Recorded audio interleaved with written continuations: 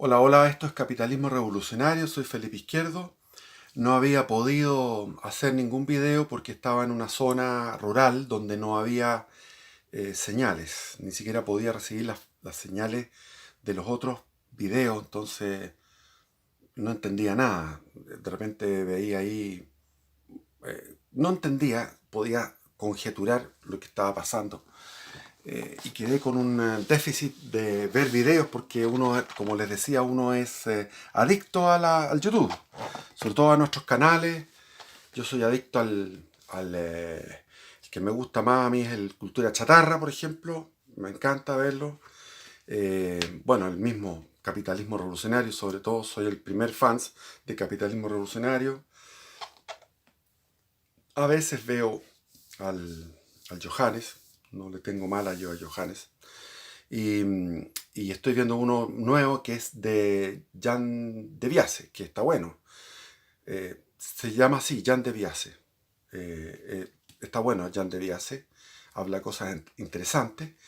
Y hay uno de una amiga que se llama ella Sonia Omega, que ella es muy evangélica, es muy cristiana, con mucho carisma, muy inspirada, como que vive en un mundo paralelo, porque en un mundo de fe, tiene tanta fe que es como que ella está viviendo en ese mundo y sus videos son inspiradores, sobre todo para las personas que tienen sensibilidad evangélica. ¿Ya? Bueno, como es hoy día es el jueves santo en la liturgia romana, de hace 2000 años, lamentablemente, primera vez en la historia desde que se fundó la iglesia en Pentecostés, que no hay iglesias abiertas para celebrar la Semana Santa. Primera vez en 2000 años. Cayeron imperios, se levantaron imperios.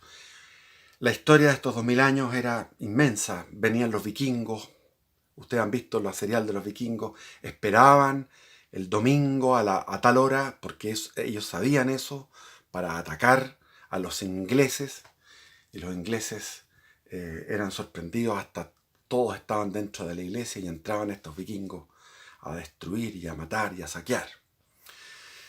Y así hubo revoluciones, la Revolución Francesa prohibían ciertas cosas, quemaron el monasterio de Cluny, y las monjas, hay historias de monjas contemplativas que les prohibieron seguir siendo contemplativas, finalmente pasaron por la guillotina. Estuvo la Revolución Rusa espantosa que durante 70 años persiguió el cristianismo y a pesar de ello sobrevivió. Tengo un amigo que estuvo en Rusia en la época de la Unión Soviética y contaba que llegaba a la casa y había un retrato de Lenin. Entonces ellos hablaban en ruso, la gente le decía, no, este es de Chile y es de confianza. Entonces el retrato de Lenin lo daban vuelta y aparecía el retrato de Jesús. Y estaba la famosa Guerra Civil Española, la mal llamada República, porque no era república, era un caos. Ahí hubo 14.887 religiosos, religiosas, sacerdotes, monjas y monjas, obispos católicos ejecutados con crueldad porque se pretendía que ellos negaran a Jesucristo. Lo negaran mediante tortura y no fue así. Ninguno de ellos lo negó. Ojo, para que lo tengan en cuenta nuestros hermanos protestantes. Porque aquí hay que ser hermanos unidos en la fe. Entonces, estoy con mi Biblia. Esta tremenda Biblia la llevé a paseo, o sea, estuvo en otro lugar, en un lugar de campo, y aquí estoy con la Biblia, esta Biblia fantástica, maravillosa. Y la lectura de hoy es Jesús lava los pies de sus discípulos. Antes de la fiesta de Pascua, sabiendo Jesús que había llegado su hora para que pasase de este mundo al Padre, como amaba a los suyos, los que estaban en el mundo, los amó hasta el extremo. Y mientras cenaban, cuando el diablo ya había puesto en el corazón de Judas, el Iscariote, hijo de Simón, el entregarlo, sabiendo que su padre todo se lo había dado a él en las manos, que había venido de Dios y que a Dios volvía, se levantó de la mesa, se quitó sus vestidos y se ciñó un lienzo, una toalla. Luego, habiendo echado agua en una palangana, se puso a lavar los pies de sus discípulos y a enjugarlos con el lienzo con que estaba ceñido. Llegando a Simón Pedro, éste le dijo: Señor, ¿tú lavarme a mí los pies? Jesús le respondió: Lo que yo hago no puedes comprenderlo ahora, pero lo comprenderás después. Pedro le dijo: No, jamás me lavarás tú los pies. Jesús le respondió: Si yo no te lavo, no tendrás nada de común conmigo. Simón Pedro le dijo: Entonces, Señor, no solamente los pies, sino también las manos y la cabeza. Jesús le dijo: Quien está bañado no necesita lavarse más que los pies, porque todo está limpio, y vosotros estáis limpios, pero no todos. Él sabía en efecto quién lo iba a entregar, por eso dijo: no todos estáis limpios. Después de lavarle los pies, tomó sus vestidos, se puso de nuevo a la mesa y les dijo: ¿Comprendéis lo que yo os he hecho? Lo que os he hecho, vosotros me decís Maestro y Señor, y decís bien, porque lo soy. Pues bien, yo, el Señor, el Maestro, os he lavado los pies. Vosotros también debéis unos a otros lavaros los pies. Porque os he dado el ejemplo para que hagáis como yo os he hecho. En verdad os digo, no es el siervo más grande que su Señor, ni el enviado mayor que el que lo envía. Sabiendo esto, seréis dichosos al practicarlo. Etcétera. Sigue hablando, no puedo seguir leyendo. Yo me doy cuenta que cuando leen hoy día, escuché a Fernando Villegas, otro canal que lo escucho todos los días, Fernando Villegas, me encanta. Fernando Villegas leyó un texto y el texto no lo entendí, como que me desconecté. Entonces yo sé que ustedes, hay muchos jóvenes, incluso que yo soy lector de toda mi vida, cuando empiezan a leer, uno no entiende muy bien. Entonces ahí está, Pláticas de despedida, Evangelio según San Juan, capítulo 13. Mejor que lo lean ustedes.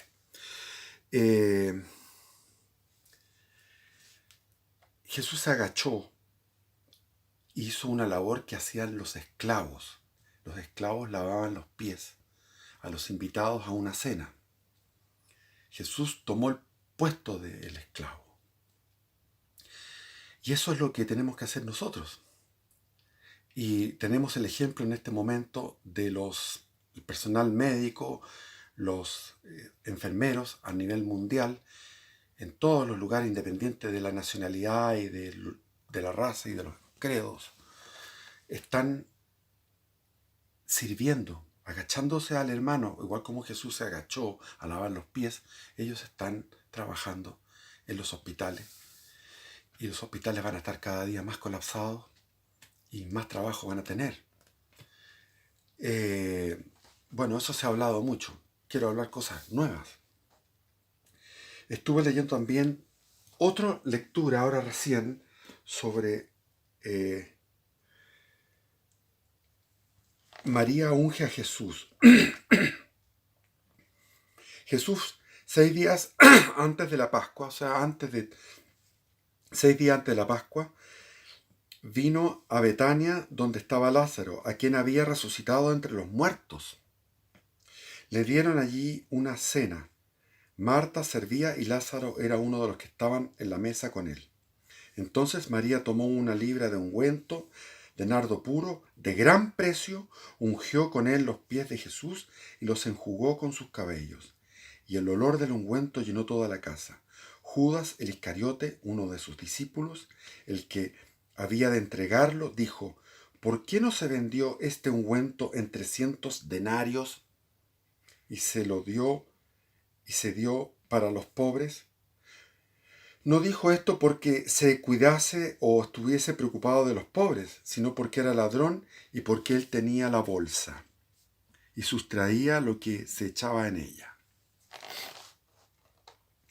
Aquí tenemos la actitud típica del izquierdista, del marxista, de todos los izquierdistas. Todos los marxistas, todos los comunistas, socialistas, les gusta llevar la bolsa, ser tesoreros, tener la plata del Estado, la plata del partido, que siempre son bien numerosos, sustraer de ahí de la bolsa y se enojan y dicen, ¿por qué no se vendió este ungüento? O sea, ¿por qué no pescamos todos los Ferrari, todos los lujos de los ricos? Vendámoslos para que se distribuyan entre los pobres. Es la pregunta. Judas era un preocupado de los pobres, tenía la ideología de los pobres. Preocupado no de los pobres en forma de amor, sino que como ideología. Entonces, dice el evangelista Juan, dice, no dijo esto porque le preocupasen los pobres, sino porque era ladrón.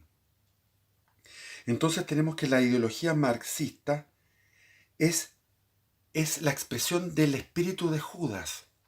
Judas habla a favor de los pobres. La plata tiene que ir para los pobres, tiene que haber redistribución. Tenemos que quitarle a los ricos para los pobres. Esa es la idea de Judas.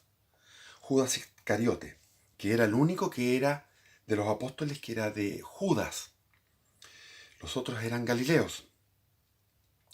Y era uno que había estado, hay antecedentes fuera del Evangelio, porque hay otros antecedentes que se pueden buscar, que había pertenecido a los celotes. Los celotes era un grupo revolucionario en tiempos de Jesús. Cuando alguien dice que Jesús era un revolucionario, un izquierdista, es lo más alejado de la realidad. Es lo más alejado de la realidad. Los enemigos de Jesús eran los celotes.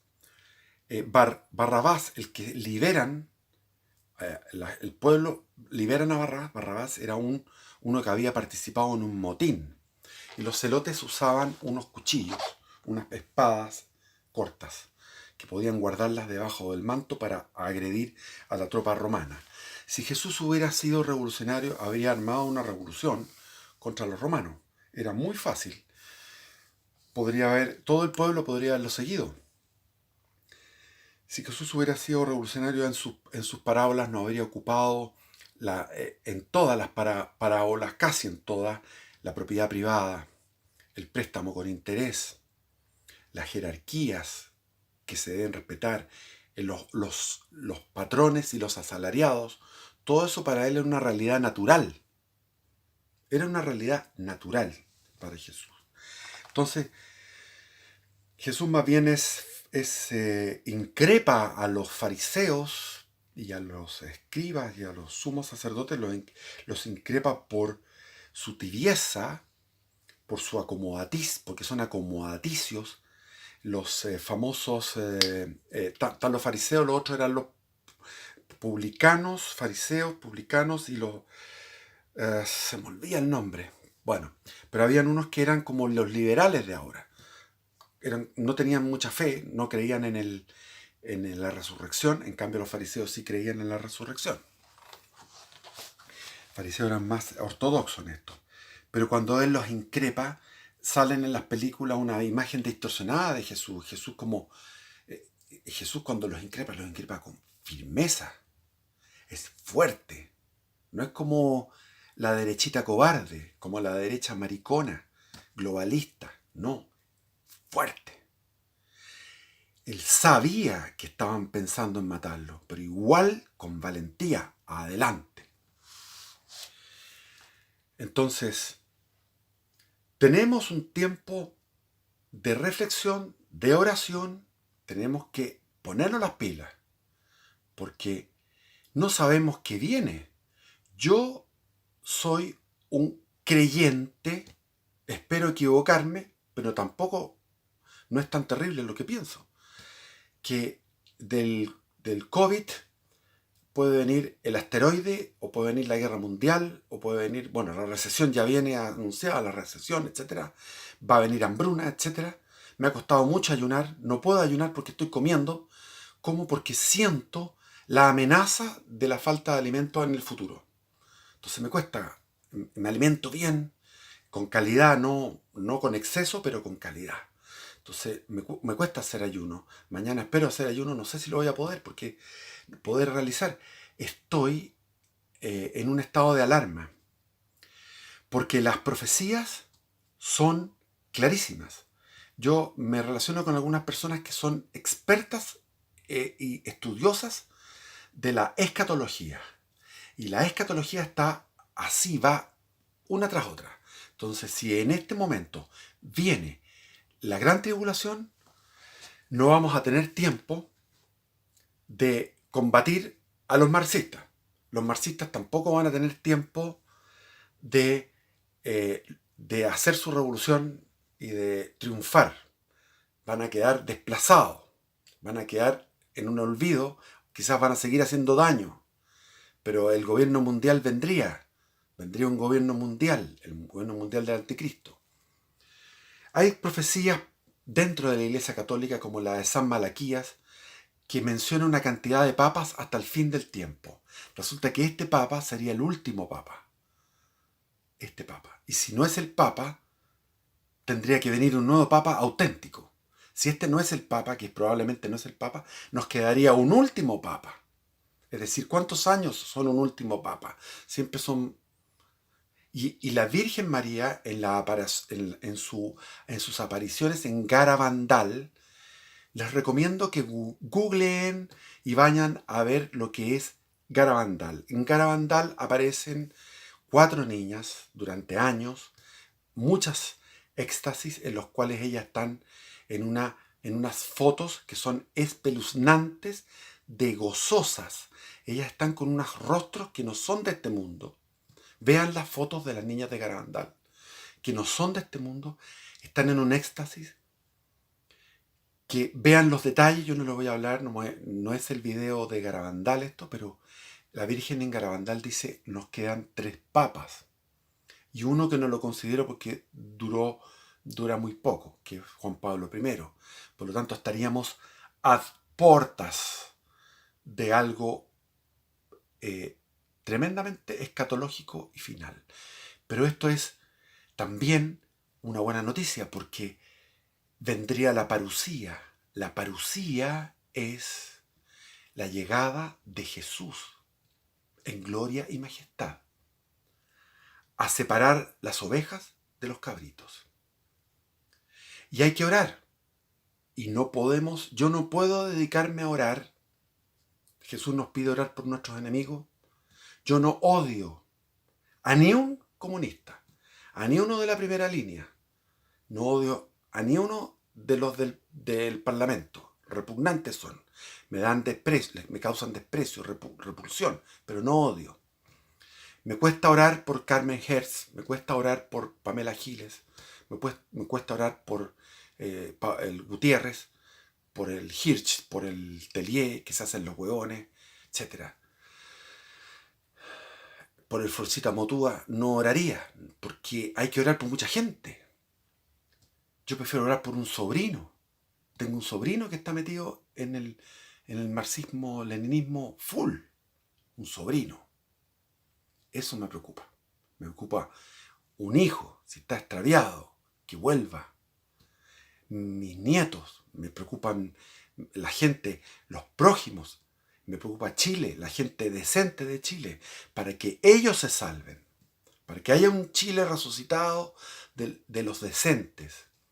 Oremos por John Corbyn, que está en la cárcel, injustamente. No voy a orar por Piñera ni por estos gallos, porque no soy tan cristiano como para estar orando por ellos. Voy a orar por todos los que están voy a orar por la vanguardia, por todos los que están en la vanguardia que fue la vanguardia en las manifestaciones, la vanguardia organizada, y también por la vanguardia que debe generarse ya, porque he estado escuchando hoy día en YouTube, en el canal de mi hijo y en el canal de Cultura Chatarra, al señor Alexis López Tapia. Alexis López Tapia, me encuentro con un intelectual de derecha, o de derecha de gran nivel. Me gustó su análisis, me gustó el hombre. Entonces, él habla de la vanguardia. Me gustó la idea. La vanguardia intelectual es una vanguardia amplia. Oremos por esa vanguardia. Quizás no tendremos tiempo de construir o de llegar a una revolución capitalista donde lleguemos a ser un país próspero y igualitario como lo que queremos, la igualdad, la prosperidad, la libertad. Pero quizás no tengamos tiempo, porque viene la parucía. Bendición si viene la parucía. Y si no viene la parucía, sigamos para adelante. El trabajo político es un trabajo importantísimo, pero el primer trabajo es lo que dice Jesús. El primer trabajo es el amarse los unos a los otros, en nuestros hogares, lavar los pies. El otro no te lava los pies, no te preocupes. Es como cuando mis niños me decían, no, es que yo no ensucié eso. Tiene que lavarlo el que lo ensució. Le decía, no, tú vas a lavar eso, vas a limpiar esa cuestión. No importa que haya sido otro el que lo ensució, o fue un hermano tuyo, no importa. Entonces le tocaba después al otro hermano. No, lo siento, tenés que limpiarlo tú. No esperemos que el otro nos lave los pies. Nosotros lavamos los pies, nos agachamos con humildad y lavamos los pies. La acción caritativa es más importante que la acción política. La acción política es una manifestación de la acción caritativa. La caridad es una palabra que ha sido deformada por el tiempo, porque el demonio se ha encargado de deformar una palabra latina tan hermosa como caridad, que viene de caritas, de corazón, viene del corazón, caritas. El demonio deforma eso, así como deformó la palabra pecado, porque la palabra pecado finalmente significa los pecados carnales, que es una cosa así de pequeña del universo de los pecados. Y quizás y todos están de acuerdo más o menos en la época actual, porque todos estamos más o menos deconstruidos, yo también, todos estamos más o menos deconstruidos con respecto a la moral sexual, que bueno, puede haber se permite un poquito de licencias, ¿no es cierto? Entonces, pero la palabra pecado no está en su esencia referida pura y simplemente a lo sexual. El pecado es el pecado fundamental, que cuando Jesús le habla a sus enemigos, le dice, es un pecado de ceguera, de endurecimiento del corazón, es un pecado de orgullo. Bueno, yo no soy un súper teólogo para hablar de esto, pero el pecado es un pecado espiritual. Es un pecado espiritual, de orgullo. Calvino estaba en Ginebra, un reformador protestante, que él se creía, no sé, bendito por Dios, pero él era muy riguroso en todo, pero fallaba en lo más importante. Era un soberbio. ¿Qué sacas tú con tener todas las virtudes si te falta la sobriedad? Entonces todas esas virtudes no existen. Porque cuando tú no tienes una virtud, no tienes ninguna. Tienes que tener todas las virtudes o no tienes ninguna. En alguna medida, todas las virtudes. Cuando uno está en un estado de gracia, tiene todas las virtudes. Algunas más, menos, pero están las virtudes ahí. Están ahí.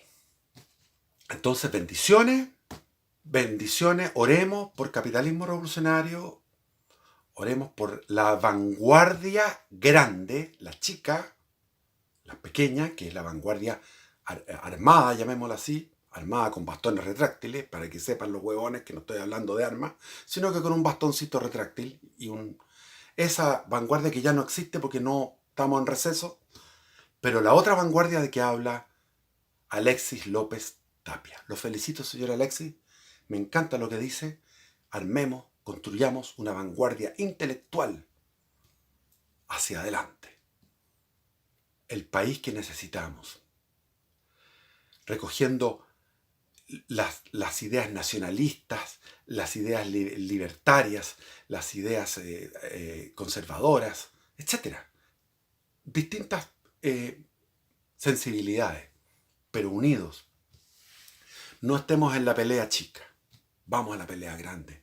No nos peleemos entre nosotros. Yo a Johannes, yo nunca me habría peleado con Johannes. Lo dejo trabajar a Johannes. Me cae bien. No sé, el lío que hay, no me interesa el lío. Aquí no hay que ser cupuchentos ni liosos. ¿Ok? Jan de Biase, te lo digo a ti también. No seamos liosos. Me gusta Alejandro Arro. Lo amo. Me encanta Alejandro Arro. Apoyémonos. Hay distintas visiones. Apoyémonos. Apoyemos a los libertarios. Y el otro, el paralelo 33, ya no lo veo, porque, como dicen, es muy soya.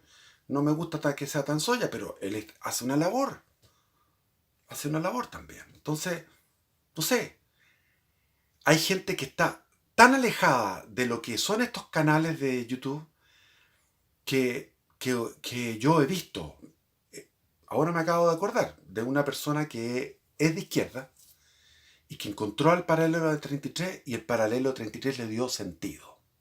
Igual como hay gente de izquierda que ve a Fernando Villegas y le hace sentido.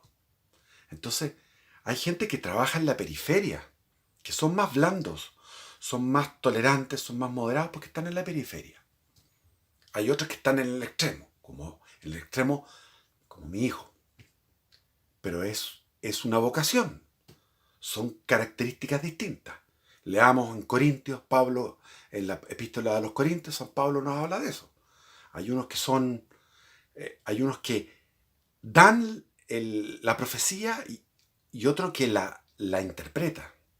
Entonces, cada uno tiene su talento. Yo me doy cuenta que tengo un talento porque hay gente que me sigue. No sé, serán 1000 personas que me ven, 500, pero no importa. Lo que sea.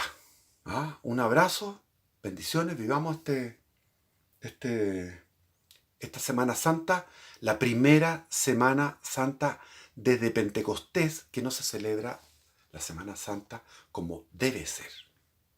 Es tan lindo celebrar la Semana Santa como debe ser, cuando tú sigues todo. Yo me acuerdo cuando tenía 15 años, estaba lleno de actividades, huyendo y todo eso, y me fui corriendo al monasterio benedictino en abril de 1975. Llegué corriendo, transpirando, y estaban todos sentados. Yo tenía que ser uno de los apóstoles. Iba con sandalias. Entonces estaban todos ahí, sacaron sus mocasines, con sus calcetines, todo perfecto.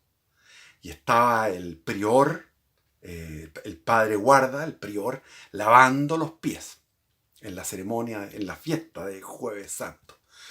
Y yo estaba en el último lugar y llegué, porque me llegué atrasado, pero corriendo, transpirado y con mis pies con sandalias llenas de tierra, porque era un camino de tierra el que había para arriba, en los dominicos de arriba.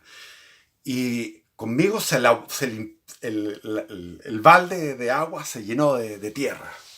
Y después vino la comunión, y cuando llegó la comunión, me quedé volado. No era show, no era que yo estuviera haciendo un show. Estábamos todos alrededor, los monjes y yo, y los visitas, estábamos todos en torno al altar, comulgando en las dos especies, en vino y en hostia, en pan y en vino, y el público lleno. O sea, había 2000 personas, lo que cabe dentro de la iglesia. Y yo de repente sentí que no sentí nada. Yo comulgué y me quedé parado ahí. Dije, Señor, gracias por recibirte, porque yo sentía en mi fe, sentía que esa hostia y ese vino era el cuerpo y la sangre real de Jesús, el cuerpo palpitante de Jesús, lleno de vida. Y estaba embelesado con eso. Entonces, cuando lo tragué por el esófago, quedé enamorado. Y en ese momento no me di cuenta que todos los monjes se fueron a sus asientos, cantaron, dieron la bendición, volvieron a cantar, el público se fue. apagaron las luces y yo de repente abro los ojos y me asusto. Digo, cresta, se terminó la misa. Y miro hacia todos lados, no hay nadie, pero había una persona al frente mío, sentada y riéndose de mí, que se llamaba Sheila Cassidy. Y a través de la Sheila Cassidy empezó mi historia política, porque la Sheila Cassidy era doctora inglesa que quería ser monja de meditación, de convento, de clausura. Y eso es lo que es ahora ella. Y yo fui a su casa y nos hicimos amigos y hacíamos oraciones con una velita encendida.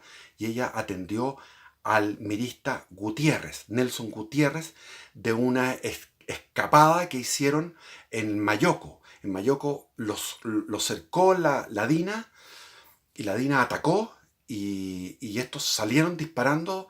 De la casa de seguridad de Mayoco salió el alto mando del MIR y ahí le llegó un balazo a Gutiérrez y lo atendió. O sea, un cura lo pescó, llegaron a una parroquia, los curas eran cómplices de todo esto. Entonces lo pescaron, lo metieron en una maleta, en un maletero y lo llevaron a que lo atendiera mi amiga, la Sheila Cassidy. Y la Sheila Cassidy tenía una empleada en su casa y llegaron la DINA y la empleada salió gritando, dispararon, murió la empleada y después tomaron la Sheila y la Sheila se fue al campo de concentración de Tres Álamos y ahí yo empecé a conocer lo que era la dictadura militar, que yo ahora apoyo, porque lo veo desde arriba, había que volar desde arriba para entender eso. Y eso es que la derecha no lo hizo. No lo hizo nunca, porque son acomodaticios. Están cosechando lo que ellos sembraron. Ellos huyeron en vez de enfrentarse. Y eso, viva Cristo Rey, aleluya, adelante.